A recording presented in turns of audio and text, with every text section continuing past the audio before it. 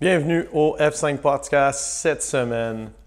Carnivore Code de Paul Saladino. C'est un livre que Coach Ben Poirier m'a prêté. Il m'avait parlé à un moment donné brièvement qu'il essayait la diète carnivore.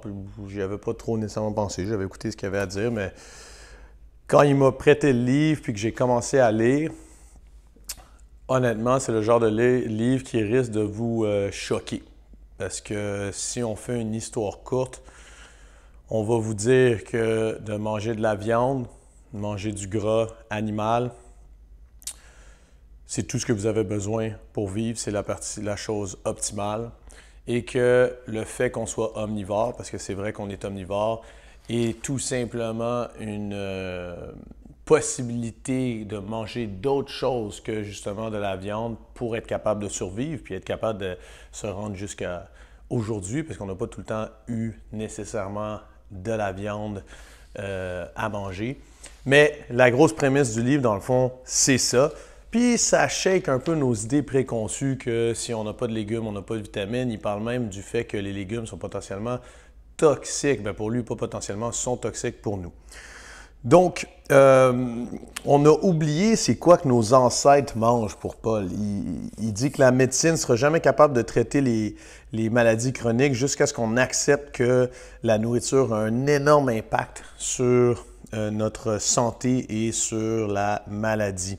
Les aliments d'origine animale, puis pour lui, il appelle ça head to toes, fait que de la tête aux pieds, fait que tout l'animal au complet sont optimales. Les aliments d'origine végétale sont sous-optimales et vraiment juste pour des situations de nécessité. C'est qui Paul Saladino? Bien, c'est un docteur, c'est un médecin qui a été végétarien pendant une grande partie de sa vie, qui avait des gros problèmes, d'ailleurs même d'eczéma, et qui en changeant sa diète a réglé la plupart de ses problèmes, pas la plupart, tous ses problèmes d'auto-immune, a plus d'énergie et plus en santé. Et il va nous faire part de ce qu'il a trouvé. Donc, lui, ce qu'il a fait, dans le fond, c'est qu'il dit, quand il perdait un jouet, quand il était jeune, sa mère, il disait « C'est où que tu l'as vu pour la dernière fois? » Fait que lui, il dit, c'est un Américain, il dit il y a 88% de la population américaine qui est en pré-maladie chronique ou pré-diabète ou en maladie chronique ou en diabète, le diabète de type 2, qui est une maladie chronique. Il dit, c'est où la dernière fois qu'on a vu les gens en santé? Donc, il se dit, ça fait un peu plus de 2 millions d'années qu'on a commencé à avoir une grande différence avec nos cousins les singes, parce que notre cerveau a commencé à grandement grandir à vitesse grand V. Et il veut savoir pourquoi. Puis en recherchant là-dessus, il se rend compte que c'est dès que les hommes ou nos ancêtres ont commencé à avoir accès à de la viande et le gras animal, ça a fait qu'ils ont pu avoir une diète très riche en calories. Ils ont commencé à s'habituer à ça et c'est ça qui a permis à notre cerveau, qui est ce qu'il appelle un tissu coûteux, ça coûte très cher d'augmenter la taille de son cerveau, de grossir. D'après l'auteur, les humains, dans le fond, ont toujours mangé de la viande et les plantes, c'était seulement en période de disette, quand il n'y avait pas le choix. C'est pour ça d'ailleurs que notre estomac est extrêmement acide, c'est 1,5 d'acidité au lieu de 4 ou 5 pour les chimpanzés qui sont nos plus proches cousins, parce que ça nous permet de manger de la viande qui est même potentiellement avariée et quand même survivre. Donc, sa théorie des tissus chers, c'est qu'il dit que notre petit intestin est devenu plus long et notre cerveau est devenu plus gros, c'est très coûteux. Donc, pour ça, il a fallu qu'il y ait énormément de calories et c'est venu de la viande, du fait qu'on était capable de chasser. Après, il dit il y a plein de choses avec ça. Il dit, exemple, le blanc de nos yeux qui fait que quand on regarde quelqu'un, c'est très facile de savoir où est-ce qu'il regarde, alors que dans le monde des singes, c'est très difficile de savoir où est-ce qu'ils regardent. Parce que quand on sait où est-ce qu'ils regardent, on va savoir où est-ce qu'ils peuvent prendre leur bouffe. Alors que nous, ça a été développé pour que sans parler, on puisse justement faire des signes et regarder où est-ce qu'on veut aller pour pouvoir justement chasser en groupe. Le développement de notre épaule, on est le seul animal qui est capable de lancer avec précision des objets justement pour, c'était clairement pas pour cultiver la terre que ça s'est développé, c'était pour chasser. Donc on est vraiment des chasseurs plus que des cueilleurs. Notre côlon a aussi diminué énormément en taille pour pouvoir donner de l'énergie au reste. Et donc, le système digestif a dû se développer un peu plus pour manger la viande qui nous permettait d'avoir plus de calories et le gras et un peu moins pour manger les plantes.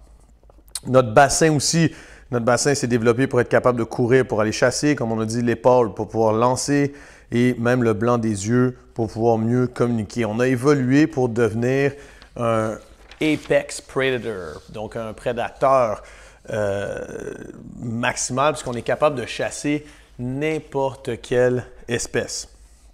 D'après lui, l'agriculture, ça a été notre pire erreur parce que ce qu'on a de plus précieux, c'est notre santé. Et en ce moment, comme je vous ai dit, 88% de la population américaine a une maladie chronique ou est proche d'avoir une maladie chronique. On a des problèmes de carie, on a des problèmes d'ostéoporose, d'arthrite et compagnie.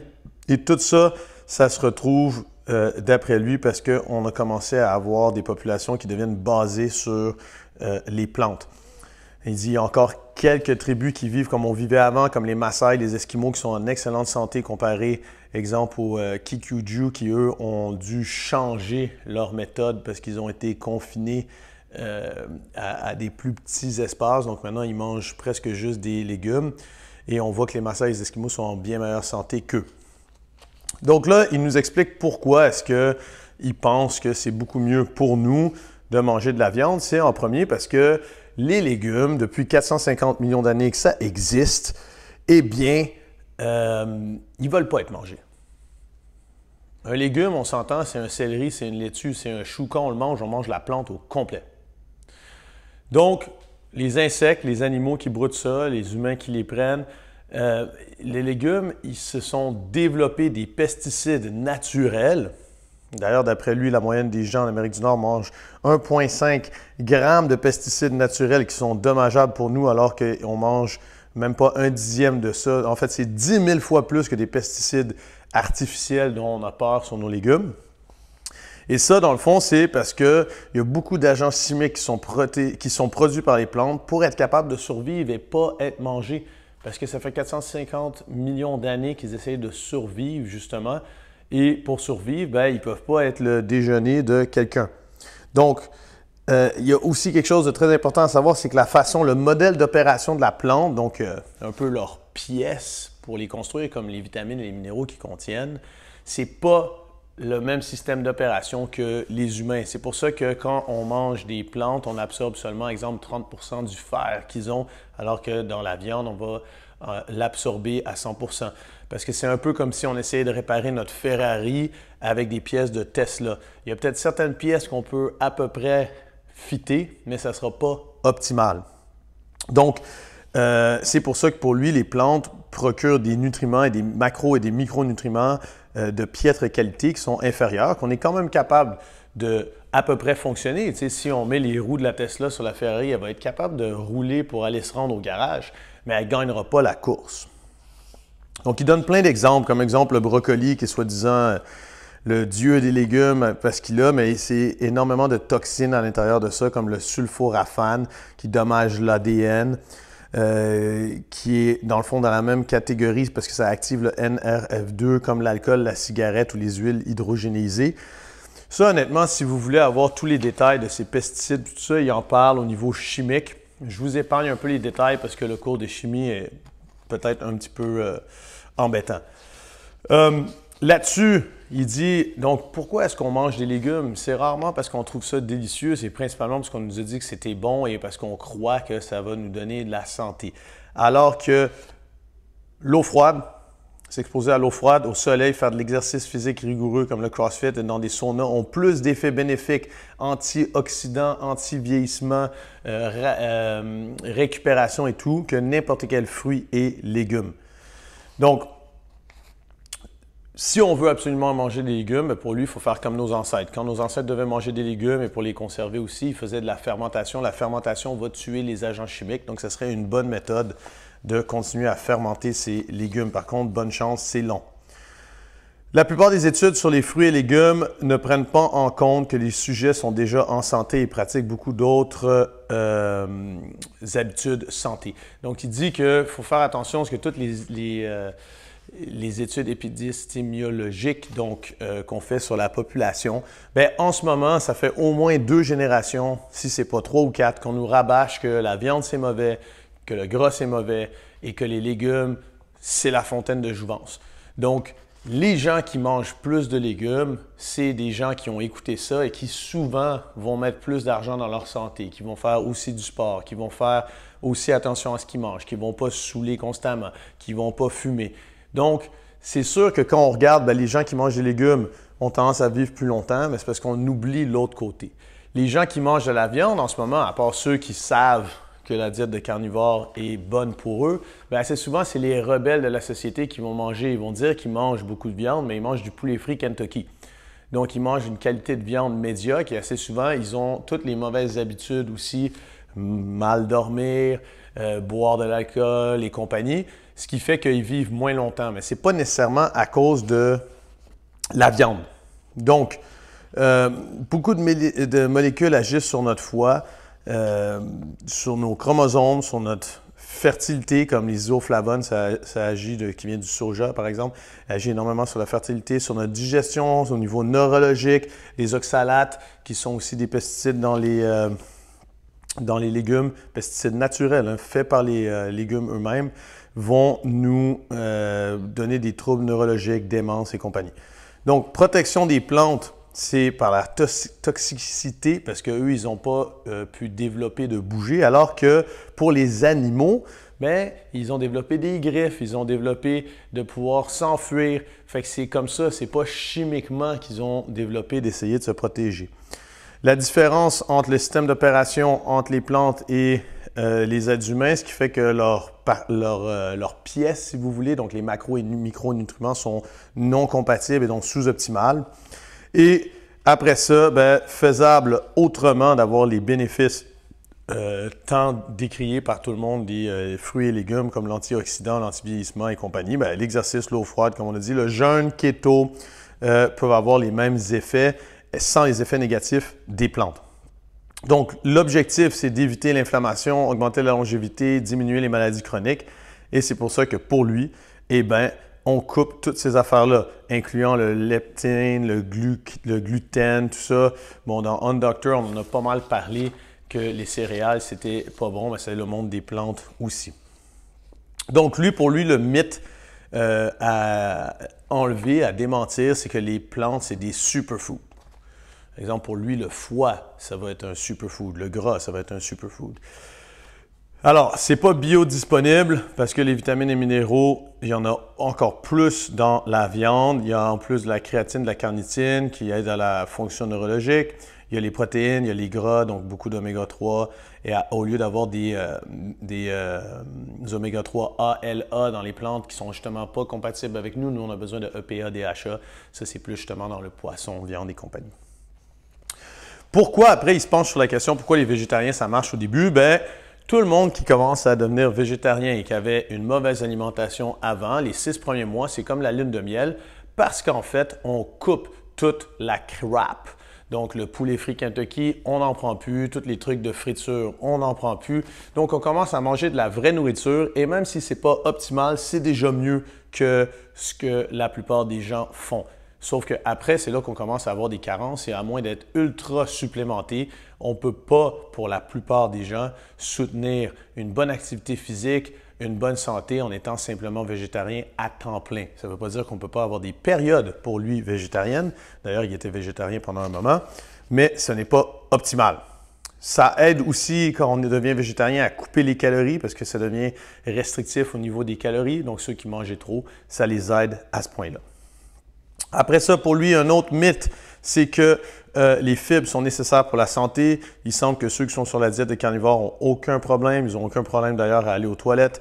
Donc, ça semble que les fibres, oui, ça peut aider pour le microbiote lorsque on mange justement beaucoup de légumes parce que c'est le microbiote qu'on crée. Sauf que le microbiote, pour lui, créé par la viande et le gras animal est supérieur au microbiote créé par les végétaux.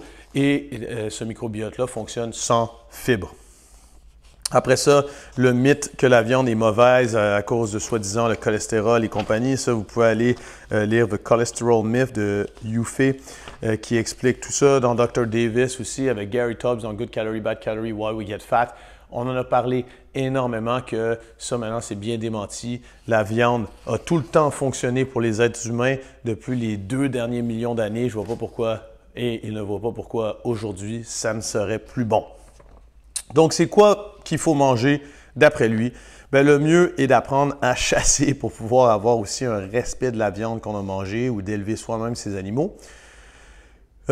Et comme il dit, penser que quand on est végétarien, on ne tue rien, bien, ça n'a aucun sens là, parce que quand on est végétarien et qu'on achète sa nourriture, eh bien, la moissonneuse-batteuse, elle a tué tous les lapins, tous les mulots, tous les, dans le fond, petits animaux qui vivaient là. Quand on laboure les terres, on tue tous les vers de terre. Donc, ça a un coût animal qui est même supérieur au coût animal que de juste le manger, parce qu'en plus, on le gaspille et on ne le mange pas. Donc, lui, il a découpé sa diète en 5 tiers. Le premier, il appelle ça le carnivore-ish, où est-ce qu'on essaie d'améliorer sa santé, mais on n'est pas prêt à juste manger de la viande. C'est un peu, pour être franc, ce que je fais en ce moment pour le tester. Donc, on mange majorité des produits animaux, puisqu'on rajoute les avocats, on rajoute des légumes comme les concombres, mais on enlève la peau des légumes pour enlever justement les pesticides. C'est encore mieux si on enlève les graines, dans les courges aussi, même principe. Et pour lui, dans le fond, il fait comme un tableau des choses qui sont les moins toxiques vers moyen, vers le plus toxique. Donc, les moins toxiques, c'est tous les fruits non sucrés, un peu comme les avocats, les courges, les baies. Ce qui est moyennement toxique, ça va être les tubercules, ça va être les tomates, les laitues, les fruits qui sont sucrés, la famille des choux. Et le plus toxique, donc pour lui, à quand même éviter si on fait justement le carnivore-ish, c'est les noix, les graines, les céréales et les légumineuses. Il dit qu'il faut quand même faire attention aux épices qui viennent de la plupart des plantes qui sont concentrées aussi. Toutes les édulcorants, ça c'est extrêmement mauvais, mais ça on en a parlé dans tous les autres livres aussi que je vous ai résumés. D'après lui, le café d'ailleurs n'est pas une très bonne idée non plus. Si on veut boire de l'alcool, ce serait de la vodka, du whisky, parce que c'est des alcools les plus clean au niveau des pesticides qui viennent des plantes. Après ça, pour lui, quand manger? Bien, lui, personnellement, il mange 2 énormes repas, un à 9 h, un à 4 h de l'après-midi, parce qu'il trouve que c'est comme ça qu'il fonctionne le mieux. Il dit on peut utiliser le jeûne, on peut aussi manger 3 fois par jour, ça ne le dérange pas. Tiers 2, c'est dans le fond viande et eau. C'est si on veut faire un test de tout couper. Il dit ça marche à court terme, mais si vous mangez juste de la viande, style viande rouge comme du bœuf et de l'eau, on ne peut pas faire ça à long terme parce qu'on va manquer justement de vitamines, minéraux. Mais si on veut juste le faire pendant 1 mois pour tester comment est-ce qu'on se sent, il dit c'est une bonne introduction. Après ça, le tiers 2, il va falloir commencer à penser à rajouter des œufs, les organes, les poissons, des fruits de mer. Donc, les poissons, fruits de mer, c'est 1 à 2 fois par semaine pour éviter les métaux lourds. Même on peut rajouter les produits laitiers si on les tolère bien. Les volailles, c'est bon aussi. C'est juste que c'est moins riche que la viande, mais c'est très bien. Le porc, il dit faire attention au porc. C'est difficile à trouver un porc qui est bio et qui est élevé avec ce que le porc a mangé n'avait pas de pesticides dedans parce que le porc n'est pas un ruminant. Donc, si on lui donne des céréales avec des pesticides, il a un seul estomac comparé aux vaches comme on sait là. Et donc, il ne va pas fermenter sa nourriture et il pourrait devenir justement infecté par ces, pas infecté, mais rempli de ces pesticides. Et quand on le mange, bien, on va avoir ces pesticides-là aussi. Après ça, dans le tiers 4, c'est dans le fond la même chose que le tiers 3, sauf qu'on rajoute tous les organes comme le foie. Donc, il ne faut pas avoir peur. Le foie, ce n'est pas vraiment ce qu'on pensait avant comme un filtre, puis ça n'emmagasine pas tout ce qui est toxique dans l'animal. On peut le manger sans problème. C'est excellent et c'est énormément nutritif, tant au niveau macro que micronutriments. Après ça, il fait juste dire qu'il ne faut pas manger du foie tous les jours. OK, parce que sinon, on pourrait être intoxiqué à la vitamine A, mais il dit ça, c'est très, très dur à faire si on ne prend pas de supplément de vitamine A. Et comme avec la diète carnivore, il n'y a pas besoin de supplément. En théorie, il n'y a pas de problème. Toutefois, si vous êtes une femme enceinte, c'est dire de faire attention de ne pas abuser du foie, exemple, 1 fois par semaine, c'est parfait. Carnivore tiers 5, dans le fond, c'est qu'on mange principalement nos protéines au niveau animal et notre gras. Et là, on commence à faire attention au ratio. On commence à calculer pour pouvoir avoir une performance optimale. On peut rajouter les reins, on peut rajouter la cervelle, on peut rajouter la moelle osseuse.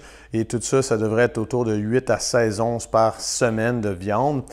Tout le reste, donc, ça va être 40% des calories vont venir des protéines et 60% des calories vont venir du gras. Pour lui, dans le fond, c'est comme un ratio de 1-1. C'est 1 gramme de protéines, 1 gramme de gras parce qu'il y a plus de calories dans les gras.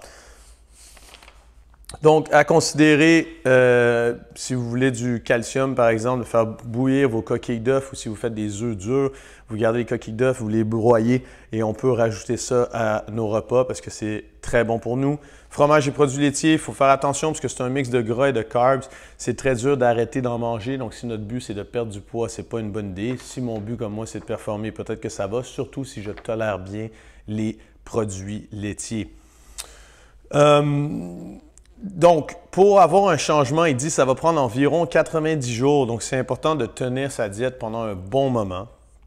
Et il faut faire attention à certaines erreurs communes. Donc, quand on change drastiquement sa diète, ça se peut qu'exemple, on ait un peu la diarrhée ou qu'on doive aller aux toilettes plus fréquemment les 3 premiers jours, par exemple. Il dit que si ça arrive, il ne faut pas capoter. C'est parce que notre flore intestinale n'est pas encore habituée. C'est comme un peu s'il y avait une guerre entre notre ancienne flore intestinale puis la nouvelle qu'on essaye de prendre. Il dit que si on prend des suppléments de calcium, ça peut aider. C'est rare, mais on peut avoir le problème inverse de constipation parce que des fois, pour certaines personnes, ça veut dire qu'on va manger beaucoup moins. Donc, ça se pourrait que ce soit normal qu'on aille aux toilettes seulement 1 fois ou 2 ou 3 jours. Il ne faut pas s'énerver. Si c'est plus que 3 jours, c'est potentiellement problématique. Là, on pourrait consulter, mais il dit que ça, c'est très rare. Les gens qui mangeaient beaucoup de glucides les 3-4 premiers jours, ça se peut qu'ils aient ce qu'on appelle la fièvre keto parce que là, ils commencent à plus avoir de sucre. Et il va falloir que leur corps apprenne à faire des cétogènes. Et donc, si c'est un changement drastique que vous faites, ça se peut que ce soit difficile. On va s'y habituer, mais c'est parce qu'il y a une drop d'insuline. Et si on l'expérimente, on peut supplémenter un peu en calcium, magnésium, potassium. Ça va aider. Sinon, on laisse le temps passer et ça va passer. La fatigue. Si quelqu'un est très fatigué, ça se peut qu'il manque de sel. Donc, c'est important dans cette diète-là que 1,5 à 2 cuillères à thé par jour qu'on rajoute de sel. Lui, il dit que c'est mieux le sel de terre, donc le sel qui vient des mines, que le sel dans la mer qui est maintenant malheureusement très pollué. Donc, souvent, par contre, s'il y a une fatigue, c'est qu'on a un problème de ratio gras-protéines. Les gens ont tendance à manger trop de protéines, pas assez de gras.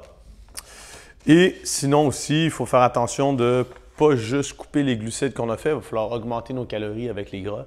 Donc, si vous ne mangez pas assez, ça se peut que vous soyez fatigué aussi. L'insomnie, si vous faites de l'insomnie, c'est rare, très rare. D'habitude, les gens dorment beaucoup mieux, mais si vous faites de l'insomnie, c'est parce que vous mangez trop de protéines, pas assez de sel, pas assez de gras. Donc, il faut refaire vos ratios. Crampes musculaires, même principe, ça peut être un problème de déficience en sel. D'après lui, magnésium aussi. Magnésium, il conseille 400 à 600 mg en dose de 200 mg à la fois. Le sel, encore une fois, c'est 1,5 à 2 cuillères à thé. Il termine en parlant de l'environnement, puis il nous fait remarquer que les compagnies comme Monsanto, Kellogg's, Pepsi, Nestlé, Cargill, Syngenta, tout ça, c'est eux qui poussent à dire que produire de la viande, ça pollue, puis on devrait faire de la protéine synthétique. Mais c'est tout à eux. C'est des compagnies mondiales qui veulent qu'on achète leurs produits. Si on regarde les gaz à effet de serre produits, par exemple, aux États-Unis, qui sont un très grand producteur de bœuf, et on dit tout le temps que c'est tellement polluant, 3,7% des gaz à effet de serre viennent des bœufs, alors que de l'agriculture, il en vient 5,7% des gaz à effet de serre. Des maisons, c'est 11,6%. Des industries, c'est 21%. Le transport, encore plus. Vous voyez le principe? C'est parce qu'il y a un lobby contre ça, parce qu'eux, ils n'ont pas d'argent à faire. Et même principe, on pourrait même dire que les compagnies pharmaceutiques voudraient embarquer parce qu'on est des clients à vie si on devient diabétique, on est des clients à vie si on devient dément. C'est excellent pour eux. Donc, le CO2 que les ruminants vont libérer, il faut savoir aussi qu'il vient de l'herbe qu'ils ont mangée. Donc, si on les élève de façon naturelle, qu'ils mangent l'herbe, qui libère le carbone de l'herbe, bien ça retourne dans les plantes. Donc, ce 3,7% en plus, fait partie du cycle. Ce n'est pas la même chose qu'un avion qui libère du carbone qui était dans les entrailles de la Terre, dans du pétrole, qui aurait dû rester là. Ça rajoute du carbone dans l'atmosphère, alors que le ruminant, il n'en rajoute pas. Il faut aussi savoir que les ruminants, c'est les seules espèces, c'est les seuls qui sont capables de régénérer la terre en mangeant de l'herbe et en faisant leurs excréments dessus. Sinon, on appauvrit énormément avec les monocultures nos terres. Donc, en fait, il va falloir qu'il y ait une symbiose de ça. On n'est pas contre nécessairement qu'il y ait des gens qui veuillent être végétariens, c'est leur choix. Mais il faut voir que si on swing le pendule juste d'un côté, ça va causer aussi d'énormes problèmes. J'ai adoré ce livre-là parce que ça a shaké plusieurs croyances que j'avais. Oui, ça a fait quelques changements à ma diète et je vais continuer à rechercher sur le sujet. C'est toujours bon de lire des choses sur lesquelles au début on se dit « Ah non, moi j'embarque pas, c'est trop extrême ». Juste regarder le point de vue. Fait que je vous conseille, surtout si vous pensez que tout ce que j'ai dit est un peu fou, allez lire le livre, faites-vous une opinion par vous-même. C'est tout le temps bon de brasser des idées et de ne pas tout le temps juste aller dans la direction que nous on connaît et dans laquelle on est confortable. Sur ce, à la semaine prochaine. Ciao, bye!